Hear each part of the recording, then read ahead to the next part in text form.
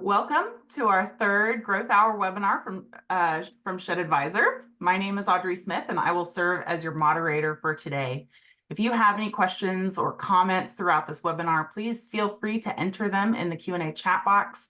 Or if you're calling in by phone, please feel free to text this number, 540-416-2280. Again, that's 540-416-2280. We will have a Q&A section at the end of the webinar, so if you'd like to wait until that time, you're welcome to simply unmute and ask us directly. Now, please allow me to introduce our host today. Steve Byler has spent the core of his career in the world of sheds, first with the family business, and more recently as a part of Ulrich Lifestyle. From building to delivery, sales, management to rent to own, he has worked in all facets of the business. While still in the shed industry, today his focus is on training, coaching, and equipping leaders in business and nonprofit organizations.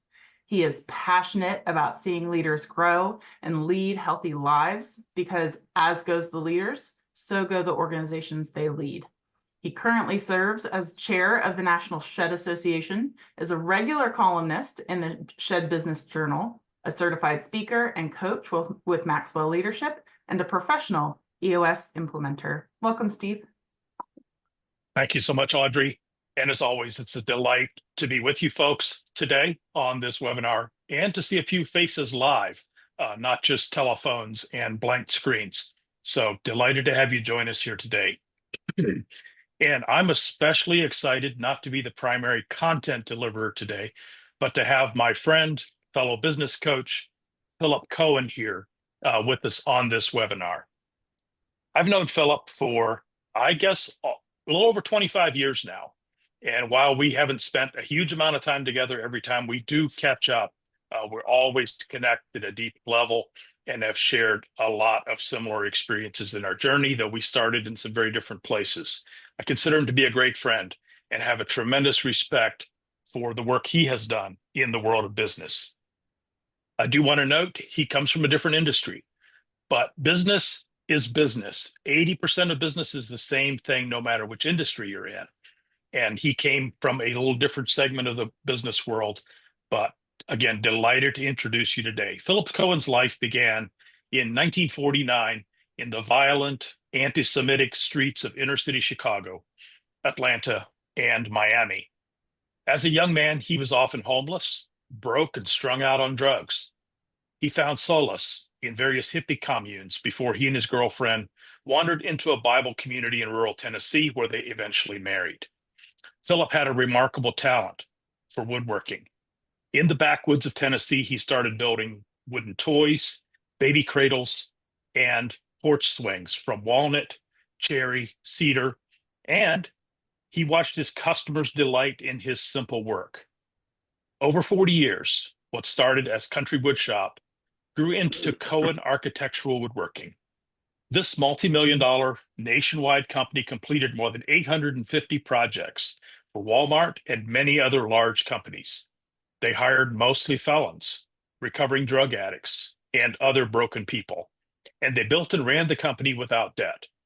In 2017, Phillip was awarded the United States Small Business Association's Small Business Person of the Year for the state of Missouri.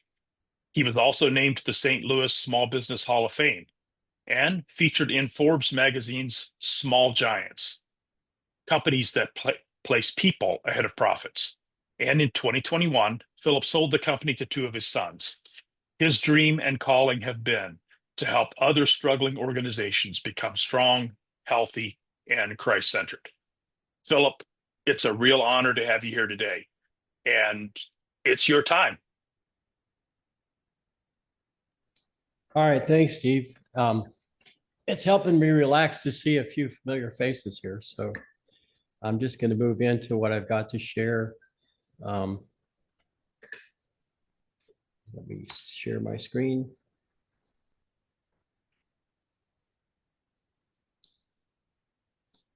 So this was when I retired from our business. This was what it looked like. Come on back here. Lost my way. This was the building. Woo. Okay, here we go. This is a very human situation we're in here. Oh, the joys of There technology. we go. There we go. 54,000 square foot building that we designed and built debt-free. We ran the company debt-free. You can't see it here, but underneath the floor of this part here is over 130 scriptures and prayers that we had people write prayers for themselves and put it where only God could see. So just want to share a little bit of the work that we did. We won several national awards for our work. We sent work all over the country, including to Alaska and Hawaii. If you ever go to the Wichita airport, you can see some of it. But this is the main thing here was the people. And I never really was interested in the woodworking itself. To me was therapeutic, which me coming off of drug addiction and violence, I found it very healing. So I could pass that on and hire people that nobody wanted to hire. When I had been fired from 7 jobs at least. And when we started hiring people, I just hired people nobody wanted because I didn't think anybody would want to work for me. But I had somewhere along the way picked up this idea that you could run a business using the Bible and prayer. So it was just an experiment. We actually, the whole way along, we called it the Jesus experiment because we didn't know if it would work. But this is just some of what it looked like. And these people were posing. I mean, they were really that happy. And that's some more. That's 2 of my, these actually are the 2 original guys that helped me with the Jesus experiment. We just said, what would happen if we took the Bible and prayer and focused on people? There's my beautiful wife on the right and my beautiful daughter. This was our company mission, was to transform every life we touch by the way we live, the way we treat people, and the beautiful work we produce in healthy families that honor God. And you can see there's a double rainbow over that. There's another story to that, but it was during a major crisis when we almost lost the company. And as I was driving away, I looked back and there was that double rainbow. We had a promise to our customers of finest craftsmanship, excellent relationships, and on-time delivery. So this is a bit of my story. I was born in 1949, like Steve said. In 1962, I was bar mitzvahed into the synagogue. My parents had to get me out of jail for that one. And that's another story. I was pretty wild. In 1965, this is when I lived in Chicago, 3 blocks from where Al Capone's headquarters used to be. And they would find people in car trunks and machine gunned. But also our home was extremely violent. I watched my mother attempt suicide at least 4 times. My earliest memories, childhood memories, are waking up and hearing my mother screaming and gurgling because my father was beating her or choking her. And my dad would get me up in the night and make me strip down naked and beat me, spit in my face, tell me I was going to die in a gutter. So I became, in my teens, I became like my dad. That's my picture there. And when you see that, where you see that, I was homeless, actually, to the lower right. I was homeless and I was strung out on drugs. I did everything to the max. So I just went on long binges of hallucinogens and heroin and marijuana. And so I was pretty empty at the time. I was suicidal. I had thoughts of killing people, pretty much any kind of evil thoughts you can think of. And then in 1974, through a church in Tennessee, I met Jesus. And so this was our wedding day. And we were married, ultra conservative Mennonites, and you can see that we're not touching. And it's amazing that Jen is still with me. We met in 1973. And we'll both tell you that we are so incompatible. I grew up in the streets of Chicago and homeless, and she grew up in Louisiana, and her father was the vice president of Exxon. And we'll both tell you that the only thing that's kept us together, it's almost 50 years now, was we were both searching for God. And it was just that, and we have 9 children now and 19 grandchildren, 7 married. But this was me in 1996 when all the religion that I was trying to do, all the outward attempts to become godly, I just crashed. I hit bottom. I was tortured day and night with, my father died with a bullet in his head. And day and night, I could hear the shot, the gunshot, and see in my mind the bullet, his brains on the wall. And just, there was horrific things going on inside of me. And somebody, a man named John Koblenz, many of you know who he is. He told me if you read 10 chapters every day in the Bible, in the New Testament, it'll change your life. And I started doing that, and it started cleaning me out. It started clearing up my head. So that was what happened in 1996. And then this is where our wood shop started. I started in a neighbor's pig pen, building porch swings and bird houses.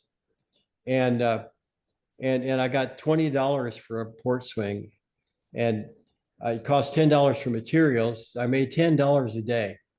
And this is in the poorest county in Tennessee, where we raised our own food. My wife cut my hair, made my clothes.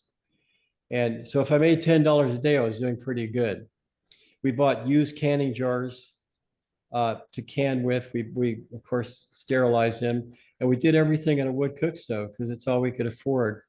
And the only way we could get meat was if a farmer had a lame cow or somebody had some chickens they were giving away. So that house is like $15 a month for rent. And this siding here was rotted off the back, and my wood shop was over here on the right side of the house. And so we woke up in the night when there was snow, we'd wake up with snow on our beds. And when there was a tin roof, and so there was a loud rainstorm, I actually thought Jesus was coming back. I'd get down on my knees and beg for mercy. I mean, it was horrific. So anyways, that was the layout of the shop, right? Of the house. Half the house is our wood shop.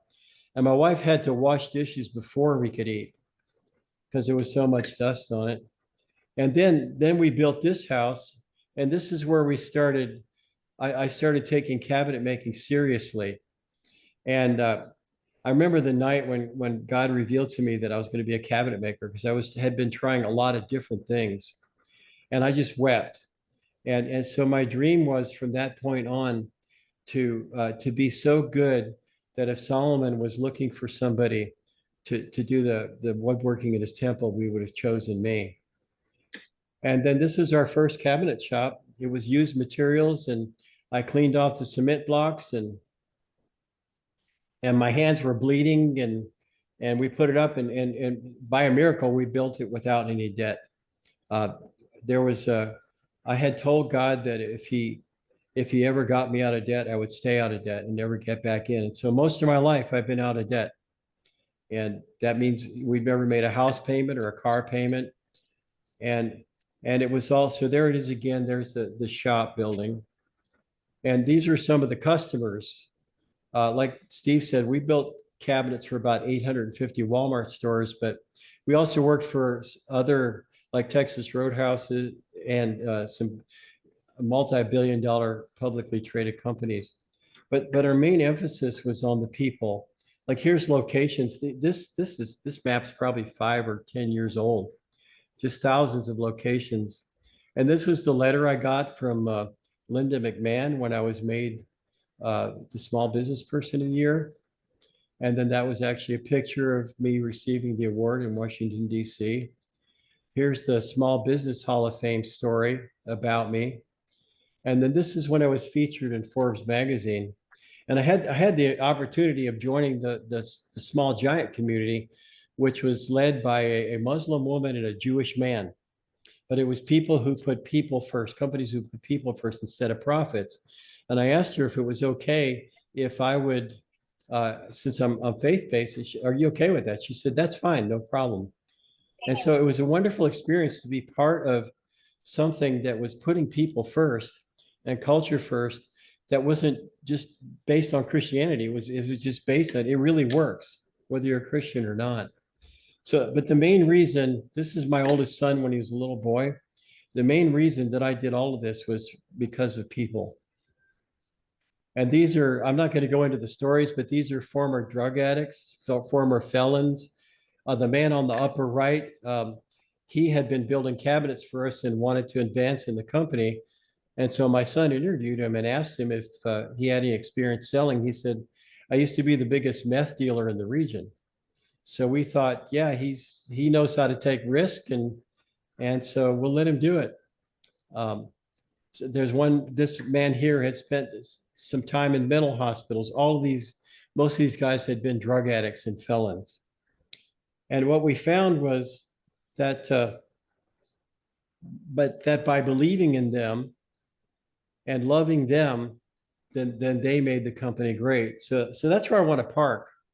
Is this three things that Steve and I talked about, that where I've come. I'm a visionary, and so for a visionary, it helps for me. I like to break things down into simple bullet points. I can see a big picture and break it down into simple bullet points. So for the sake of my concept, my theory of business, I see business broken into separate three separate legs, three pillars. And without all three of them, the business is going to go down. But there's one that's the most important. And so the two, first of all, I want to start with the two outside pillars, and that's operations, and that's how you do things. And I think many of us here, like people in the shed business, and many of us who came from Mennonite and Amish background, we do that well. We're very efficient. We work hard. We have an incredible, unstoppable work ethic. And then over on the right side is the asset management, which is what a lot of us entrepreneurs do poorly. We like tracking money, managing money, forecasting, keeping scores. We do that poorly, and most entrepreneurial companies are run on simply operations and to some degree culture. So like when we had our cabinet shop, we built, I was in a trade organization. There was 1,100 other shops in it. And we built we loved people and we built quality. That was the main thing. But the company that to be dreaded was the one who was run by an accountant, somebody who knew his numbers. And if he knew his numbers, and then he could treat his people well and have good operations, then there was no way we could compete with him. We just stayed away from him. So I want to talk a little bit more about this whole thing of culture. I don't know who it was that said culture eats strategy for breakfast. And we used to say that culture eats strategy for breakfast, but you got to have breakfast. And so culture to me is the core. It is the most important part of a business, because culture is what's happening in the human spirit. And companies are run simply by human energy, not by anything else. And so if you take the human spirit away from a company, the company doesn't go. No matter how much money there is, no matter how efficient you are, it doesn't happen. And so the core of every organization has to be culture. And if you lose your operations, if you lose your business, but maybe I'm jumping forward a little bit, I maybe should go deeper into what culture is. So culture is what's going on inside of you. Culture is what's going on in the human heart. And it starts we were just talking yesterday about worship. And so there's people who believe that to worship, you need to go to a place of worship. But I've come to believe from my experience in the Bible that worship is actually what happens in your secret heart. That worship doesn't happen in a church building or even in a gathering, but knowing God is what happens in your secret heart. And it's that flame in your secret heart that's where everything begins, whether it's business or relationships or anything else. And so if you read like in the Bible, in the book of Kings, it'll tell you that this king, he did what was evil.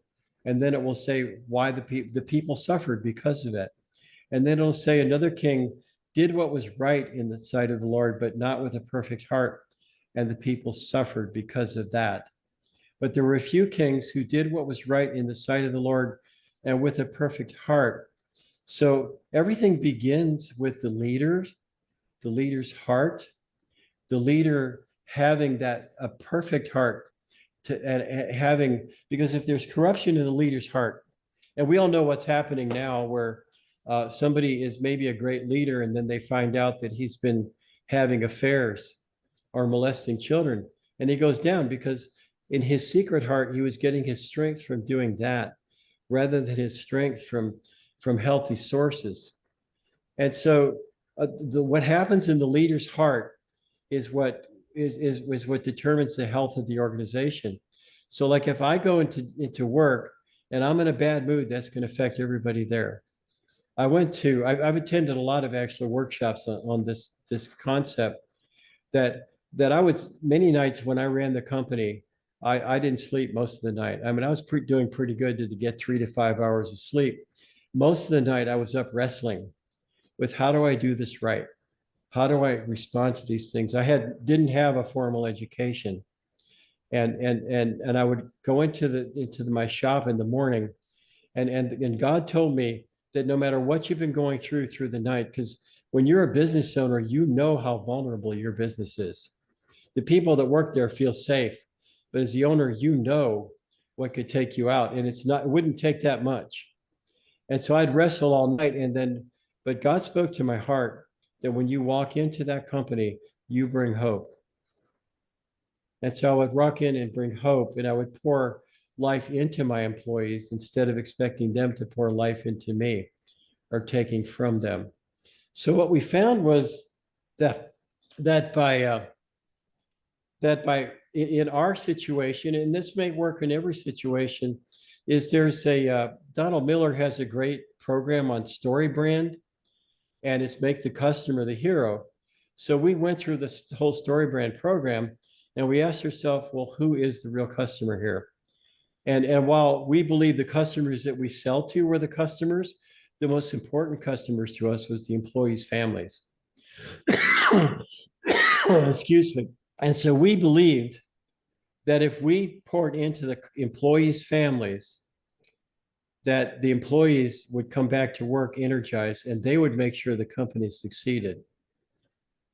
So I had an orientation that was part of our culture to take everybody through. It was a 5-hour presentation on our company, the story of our company. But I always started orientation asking them about their family. And out of about 500 people that I took through orientation, there was probably only 10 who grew up in good families. I mean, this is an epidemic. America's falling apart, and it's accelerating even faster. I mean, I'm in a strong marriage, but we are very broken, high maintenance, and we struggle a lot. And I think if we'd all reveal what's going on, there's stuff going on in our marriages. So what we found was that we invested in the employees' families, because many people didn't even know what a good family looked like.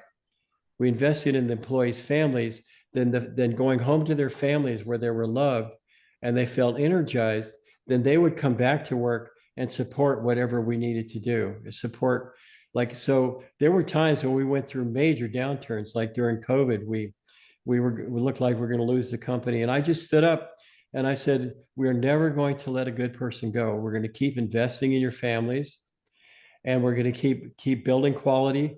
But it's same thing in investing in families. You've got to set high standards for people, because we would often run into what we call a kumbaya culture, or we just come and we feel good and we love each other, but you live in the real world. So you have to turn out good quality products. You have to turning out excellence is part of being a godly person, of a godly company.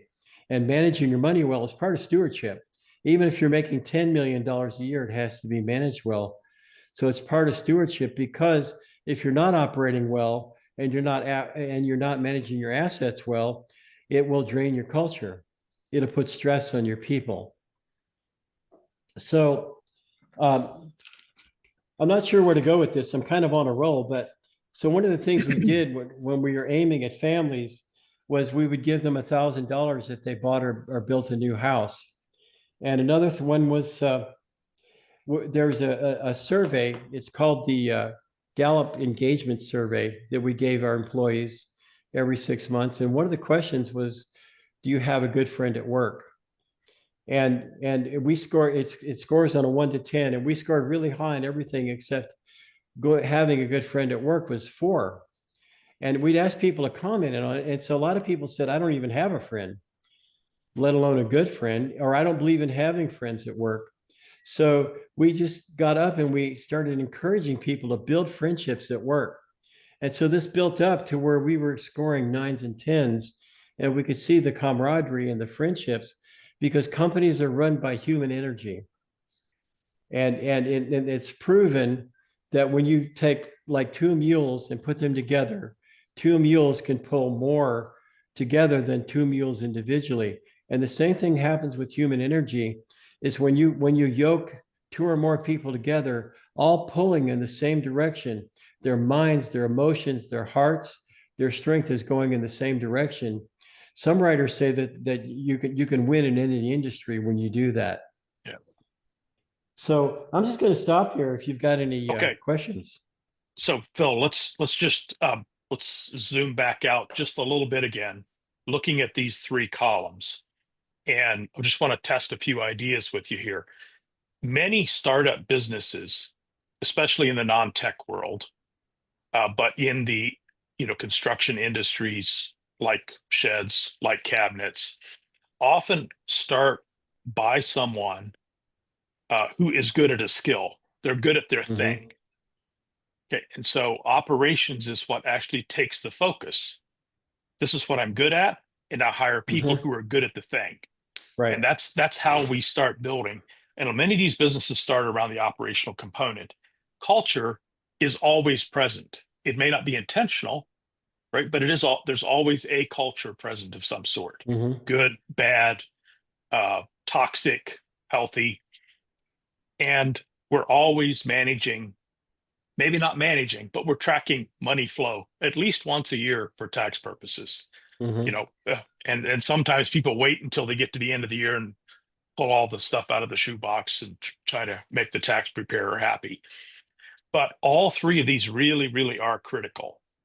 And I think when we had our first conversation around these 3 pillars, we talked about the model of a 3-legged stool.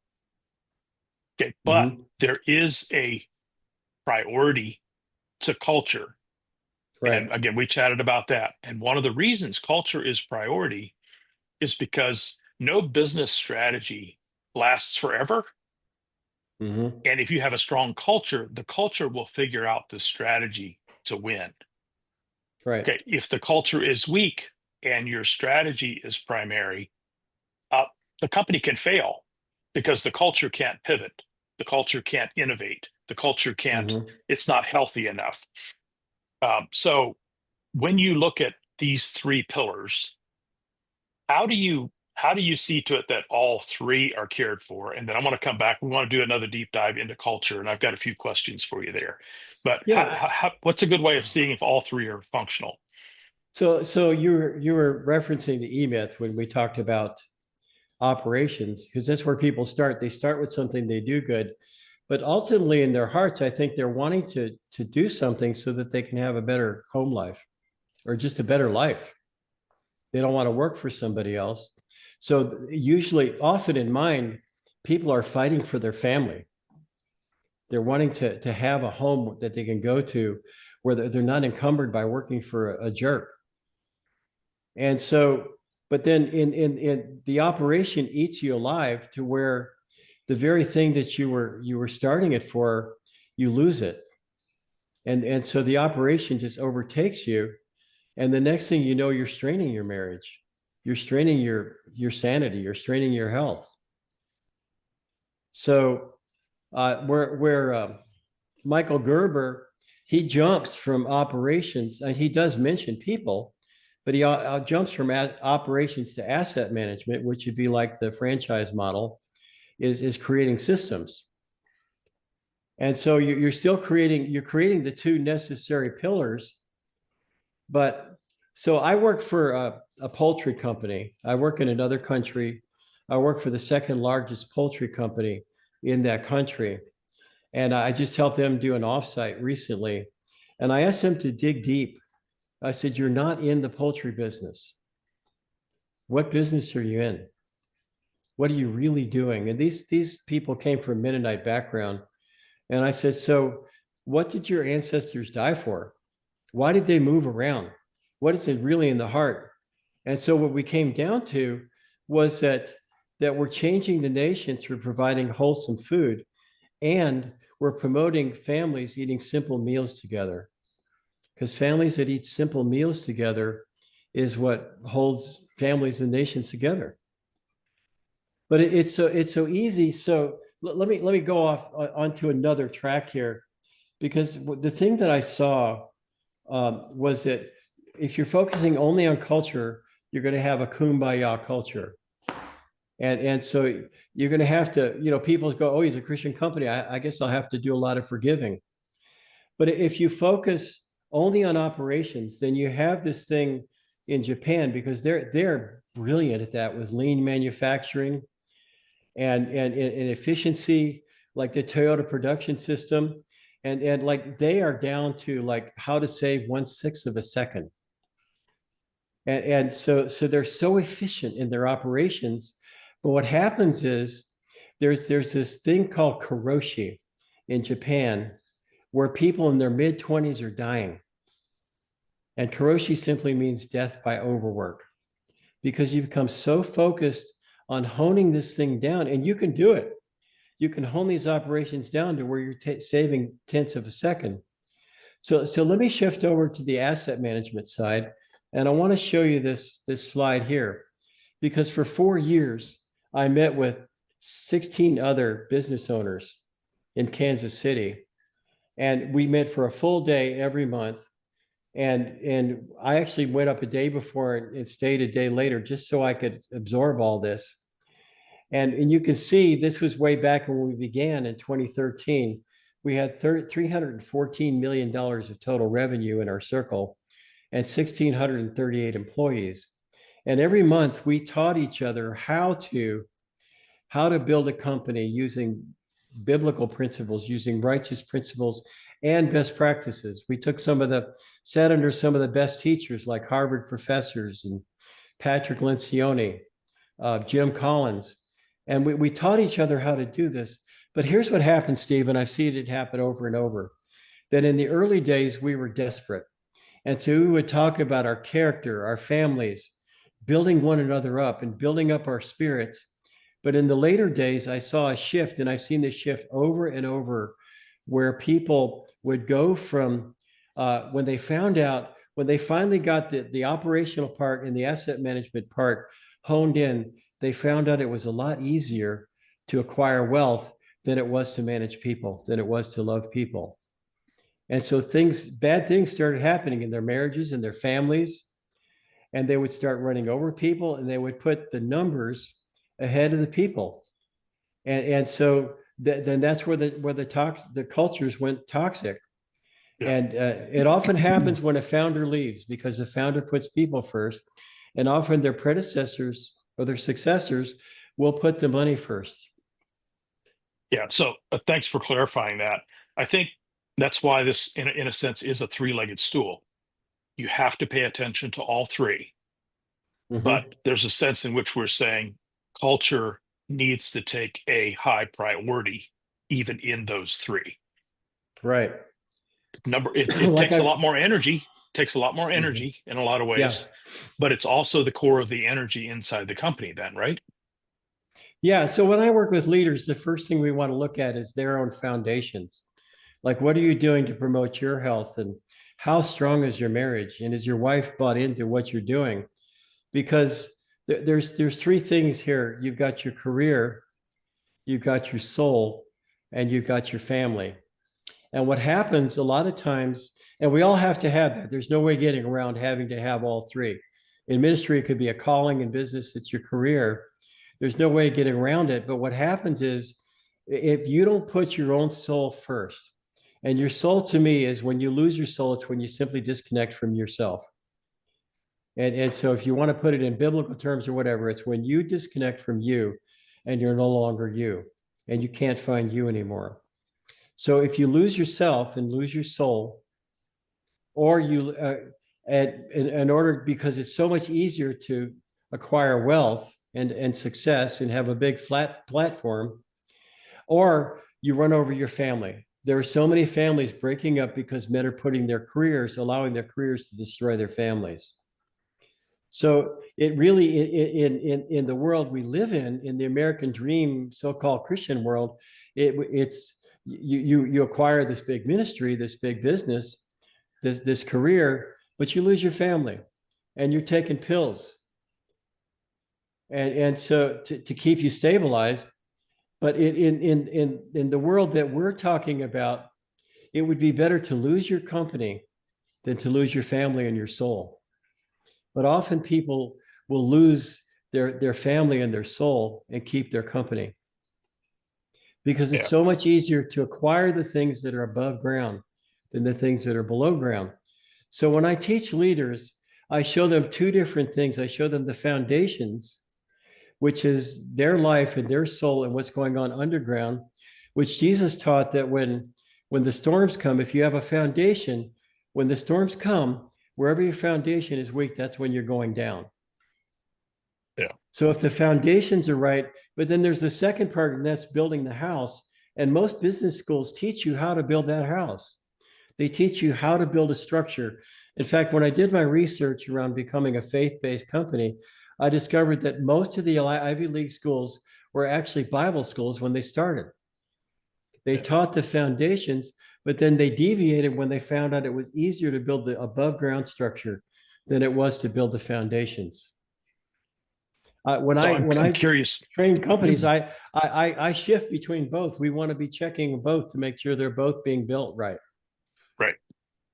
But again, there's a priority. Just like when you start a construction project, Yes. you have to lay a foundation that's going to be adequate for the structure, and you have to lay the foundation first. You can go back and repair foundations, okay, but it's Right. much harder. So back to your point that really we're about building lives. We're about building families. Yep. And I recall experiences where at our company Christmas parties, where a spouse would come to me and say, "Thank you for creating a work culture that my husband loves coming to work in. Mm-hmm. I used to dread when he came home from work because he was always so depressed and frustrated and angry, and he would carry that culture back home, Right. into his marriage, into his family, into his household." And said, when my husband comes, she said, when my husband comes home happy and he's Mm-hmm. growing and he's developing as a person, he comes home happy, that builds our household. And so I think we have to see that what we created in our companies has this massive impact far Mm-hmm. beyond inside the walls of the business.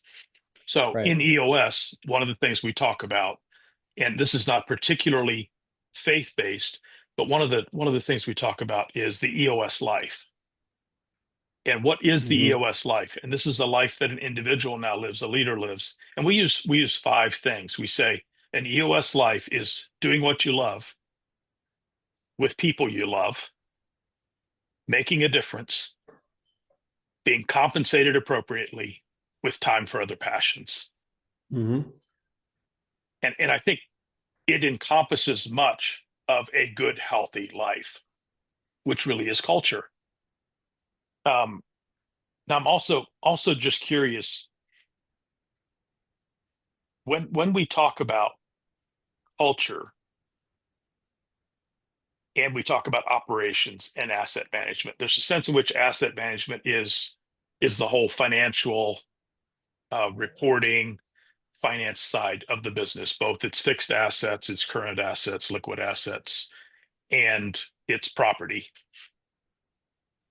Where do you see, if a company has a healthy culture, where do you see most of the other challenges show up, operationally or inside asset management? Usually it's asset management. And Usually why do they've you got think a. that is? I think asset management isn't as visible. Like you can see what you're building, you can see what you're making. And you're in the operations day in and day out. Mm-hmm. With the companies I work for, I know one company I'm working for. I want to be careful about confidentiality, but many times these companies that put operations and culture first, it may take years before they get to asset management, and they still Correct. fly. They Yeah. still fly even though they may be missing a wing. Yeah. And I'm seeing the same thing in the companies I work with in EOS. Many of them, they may even be 5, 10, $15 million revenue companies, but they don't have an operating budget. Mhm. They're not managing their assets as in tracking finished goods and raw material Right. inventories. And they don't actually know with any level of confidence how they're doing financially, whether they're Mhm. profitable in a given month, whether they're making money on this product versus that product. Right. It's kind of a wing and a prayer until we get to the end of the year and we file our Mhm. taxes. And then, half of them file an extension. Mhm. So it's October the 15th when we finally figure out that we lost money last year. Now we've got another 10 months in the books, and we've Mhm. not been able to solve anything. Yeah. So I do see a lot of weakness, especially in first generation and early second generation businesses around asset management. Yeah. The problem I see here, and so I'm not pushing these people I coach because I know how to get them to asset management. The problem I see here is that so many companies, when they see how easy asset management is, then they'll kill their culture for it. Yeah. So, It becomes the love of money. right. And so So it's a I'm form not of in a hurry. idolatry. I call these company bumblebees because it's scientifically impossible for a bumblebee to fly. I know a company that's doing $80 million right now, and they're not tracking their assets, and they don't know where their profits are coming from. But they have a strong work ethic and they have a strong culture. And And let's so let's the let's be challenge honest. is how do we get them into asset management without killing that bumblebee? Right. And I think one of the challenges or one of the reasons these bumblebees exist is they still have the entrepreneurial instincts. Mm-hmm. And so the entrepreneur has these instincts around how money's flowing through the business. They have a Right. general sense. And then the one scorecard they have is how much cash do we have in the bank?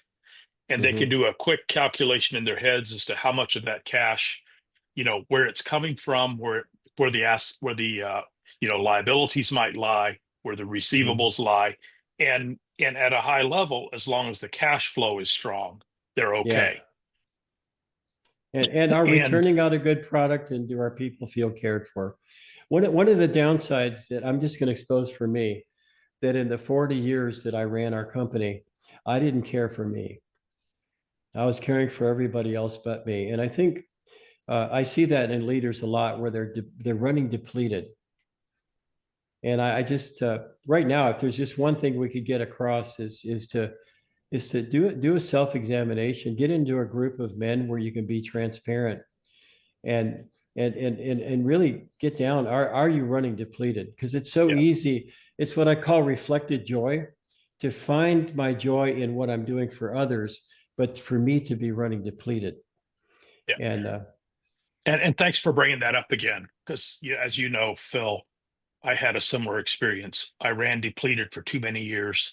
mhm, And when you run depleted, there is a hard edge. There's a hard stop to that. Um, yeah, if fatigue hits you physically, you can have a heart attack, and you end up in the ICU. Everybody can see that. mhm, If you have a right, mental or emotional fatigue that puts you against the wall and a collapse, a little harder for us to own up to those things, but they're real, they're significant, mhm, and they right, deeply really impacts your whole company because mhm, if I'm not stewarding myself, my energy, and my resources well, I can't right, ultimately care for my people and my company either. yeah. Well, I'm just going to get down to the bare bones. In April of 2022, I spent 54 days in a mental hospital in a psychiatric treatment center, and it was Christian, and most of the people in there were caregivers.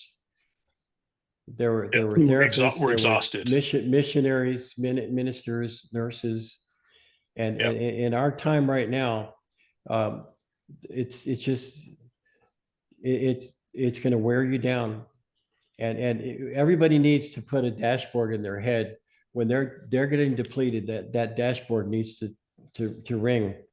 And how Yep. do you know when you're depleted? When you start barking at your spouse, or when you can't sleep at night, or when you're getting out of shape. I don't know. Just put that dashboard in there and know when you're getting depleted. Okay, we've got about 12 minutes left here. So we're just going to go to questions. At least open it. Phil and I, you and I, we could talk forever, Yeah. as we've demonstrated in the previous times we've been together. But want to give an opportunity here, either in the chat box if you have questions. If you're on Zoom and just want to raise your hand, that's fine. Or you can also text. And the number for the text is 540-416-2280. So does anyone have any questions you'd like to ask Philip?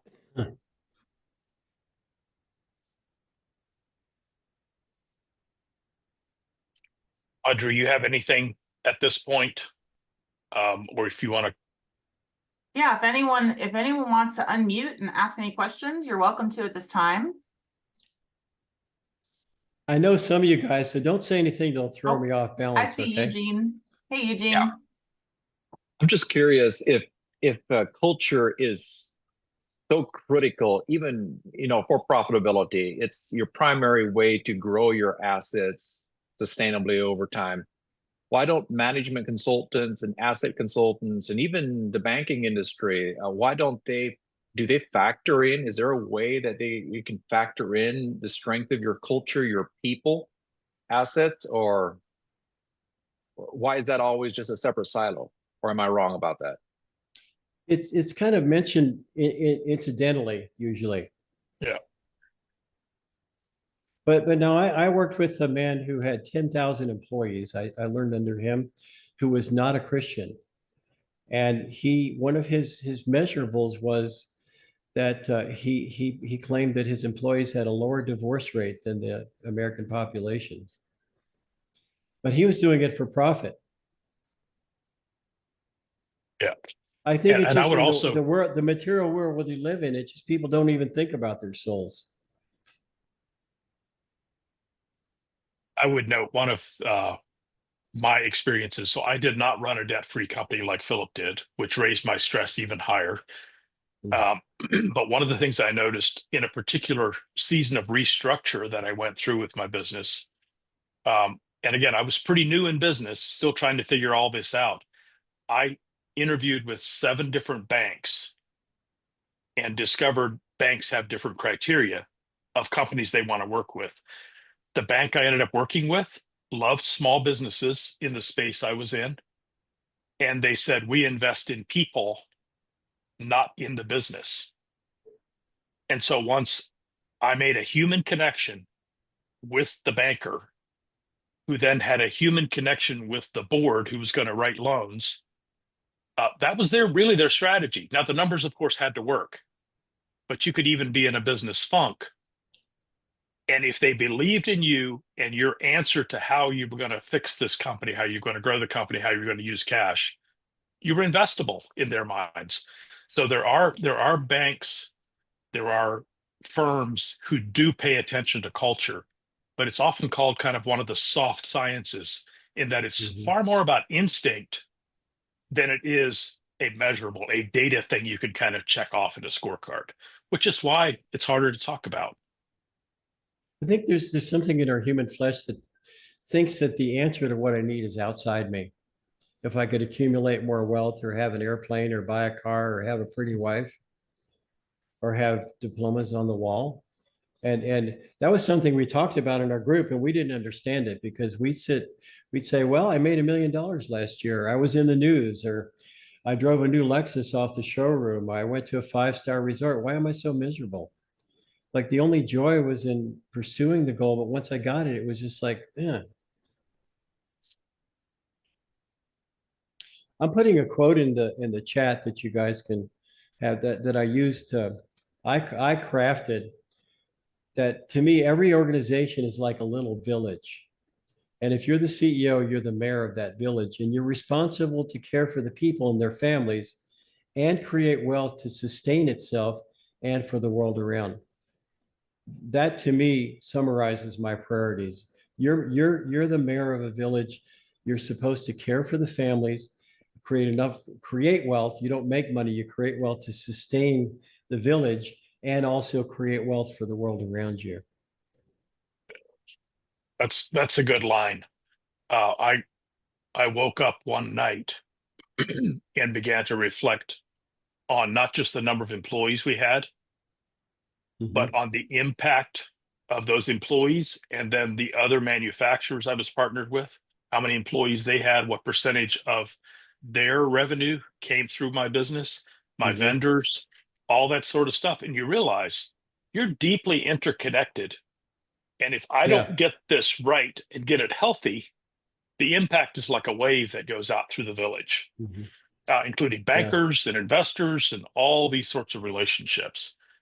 And again, I think strong cultures become resilient and do the hard things in the face of challenges.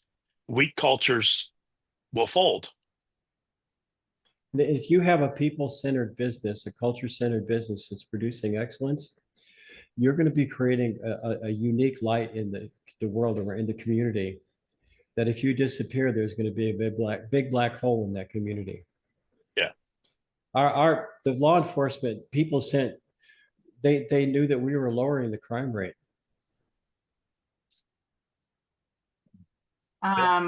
Great. That's a wonderful answer and discussion. Thank you for that.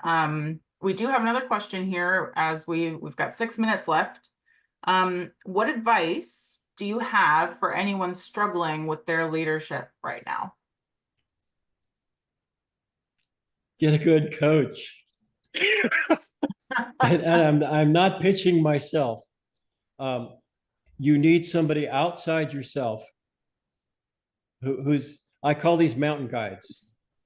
Somebody who's ahead of you, who's been through the struggles you've been through, who can help you navigate through it.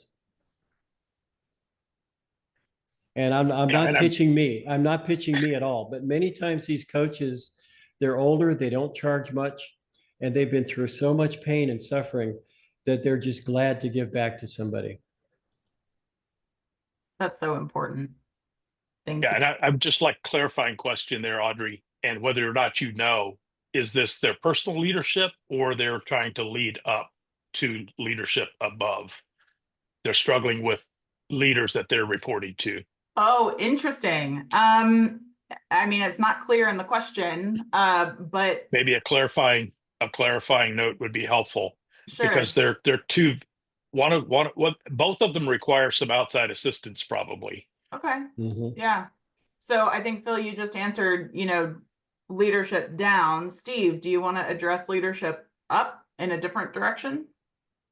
Well, that's the harder one because you're trying to persuade other people to become what you wish for them to become and what you think is the best interest of the organization. And leading up is often one of the most difficult leadership challenges. And I think if you can't afford a coach or you don't have a coach, just a good mentor who has worked inside companies, whom you can vent to and who can tell you their story, can experience share, often becomes a resource to really lead up well. And I've seen companies transformed by mid-level leaders who lead up so well that they influence and inspire top-level leadership to transform companies and cultures. So don't give up hope if it's mid-level management. So let me talk a little bit about the concept of an internal coach. Because if you're working for a good company, if you could find somebody in that company who's in good standing in that company and who resonates with you, get them to coach you upward in the company.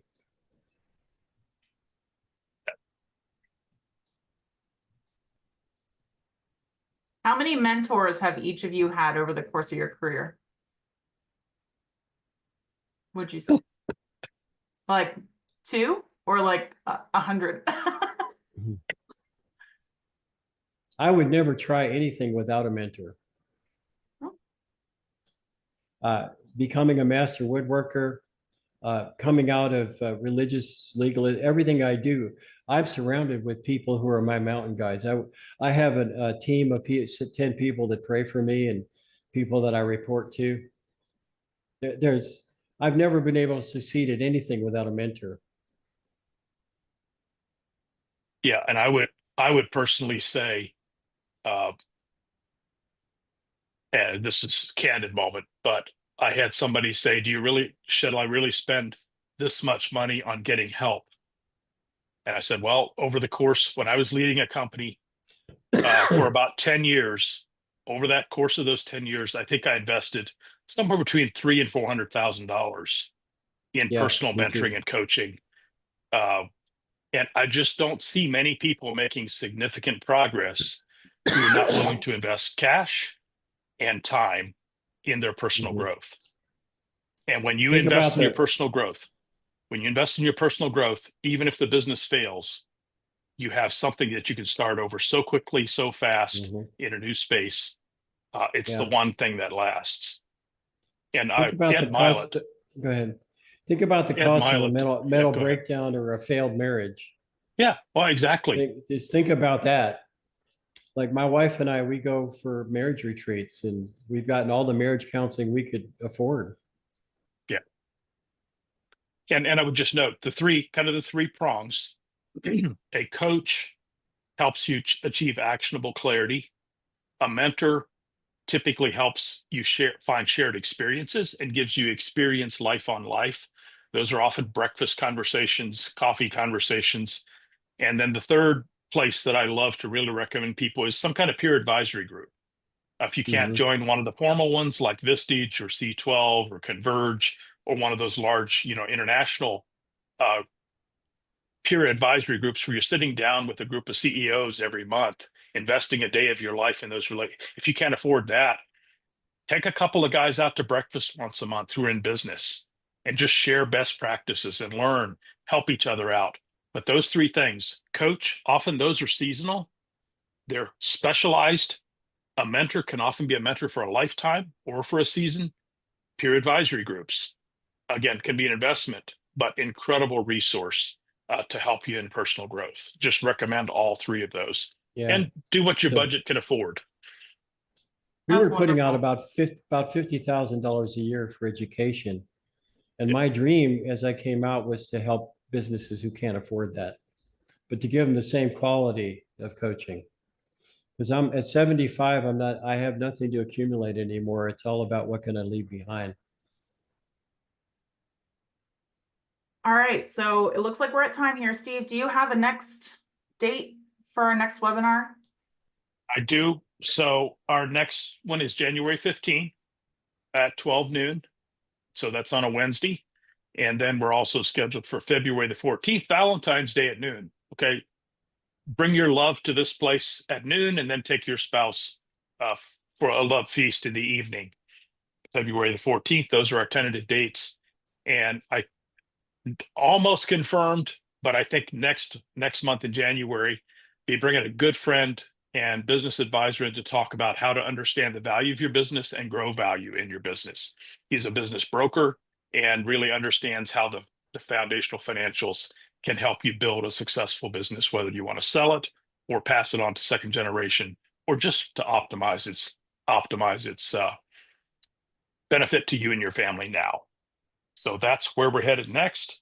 And I would just note again, this slide will be on the YouTube video, but you can reach out to Phil at phil-cohen@outlook.com. His website is healthy-leaders.org. And a book just recently published, JesusShinesThrough.com. And the book can be found on Amazon.com as well. Jesus Shines Through. We can find that an inspirational read. So that information, we'll leave you with that. Thank you so much for joining us here today. And this will be on YouTube here in the next day or two. And we'll get an email link sent out if you or a friend want to view it. Okay. Thank you so much. Steve. Thanks, Phil, for joining us. Take care. Thanks, everyone. Thank you so much, Phil.